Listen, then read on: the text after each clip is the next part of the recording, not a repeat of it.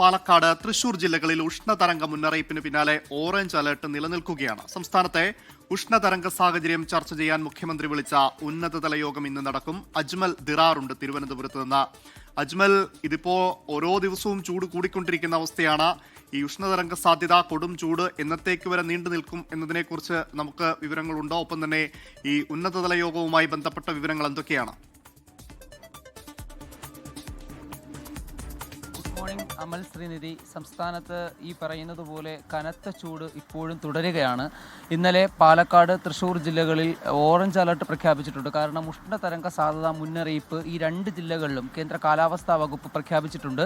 പാലക്കാട് ഇന്നലെ രാവിലെയൊക്കെ 40 ഡിഗ്രി സെൽഷ്യസിന് മുകളിൽ രേഖപ്പെടുത്തിയെങ്കിലും താരതമ്യേന കുറഞ്ഞ താപനിലയാണ് ഉച്ചയ്ക്ക് ശേഷം രേഖപ്പെടുത്തിയത്. 39.7 ഡിഗ്രി സെൽഷ്യസ് ആയിരുന്നു. എന്നാൽ കോഴിക്കോടിനെ സംബന്ധിച്ചിടത്തോളം ഈ സീസണിലെ തന്നെ ഏറ്റവും ഉയർന്ന താപനിലയാണ് 38 ഡിഗ്രി സെൽഷ്യസ് ആണ് ഇന്നലെ രേഖപ്പെടുത്തിയത്. എന്നാലും മുക്കം ഭാഗങ്ങളിലൊക്കെ ഉച്ചയ്ക്ക് ശേഷം ലഭിച്ച വേനൽ മഴ ചെറിയ തോതിലെങ്കിലും ആശ്വാസമേകാനായിട്ടുണ്ട്. ഏതായാലും സംസ്ഥാനത്ത് ഈ പറഞ്ഞതുപോലെ 12 ജില്ലകളിൽ നിലവിൽ യെല്ലോ അലർട്ടും ഈ പറഞ്ഞ പാലക്കാട്, തൃശൂർ ജില്ലകളിൽ ഓറഞ്ച് അലർട്ട് തുടരുന്നുണ്ട്. പൊതുജനങ്ങൾ ജാഗ്രത പാലിക്കണമെന്നും 11 മണി മുതൽ 3 മണി വരെയുള്ള സമയം നേരിട്ട് വെയിലേൽക്കുന്നത് ഒഴിവാക്കണമെന്നുമാണ് കേന്ദ്ര കാലാവസ്ഥാ വകുപ്പും അതോടൊപ്പം തന്നെ സംസ്ഥാന ദുരന്ത നിവാരണ അതോറിറ്റി നൽകുന്ന മുന്നറിയിപ്പ്.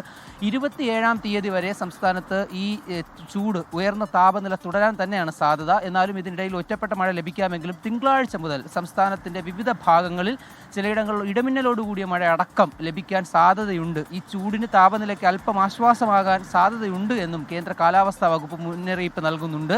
അതോടൊപ്പം തന്നെ മുഖ്യമന്ത്രിയുടെ നേതൃത്വത്തിൽ ഉഷ്ണതരംഗ സാധ്യതാ മുന്നറിയിപ്പ് നിലനിൽക്കുന്ന ഈ സാഹചര്യത്തിലും പശ്ചാത്തലത്തിലും ഇന്ന് 11 മണിക്ക് ഒരു ഉന്നതതല യോഗം വിളിച്ചിട്ടുണ്ട്. ഓൺലൈനായി നടക്കുന്ന യോഗങ്ങളിൽ ഏതെല്ലാം മുന്നറിയിപ്പുകളും എന്തെല്ലാം തീരുമാനങ്ങളുമാണ് പൊതുജനങ്ങൾ സ്വീകരിക്കേണ്ടത് എന്നതിനെക്കുറിച്ച് ചർച്ചയിൽ തീരുമാനമുണ്ടാകും എന്ന് യോഗത്തിന് ശേഷം നമുക്ക് നോക്കിക്കാണേണ്ടതുണ്ട്. അമൽ,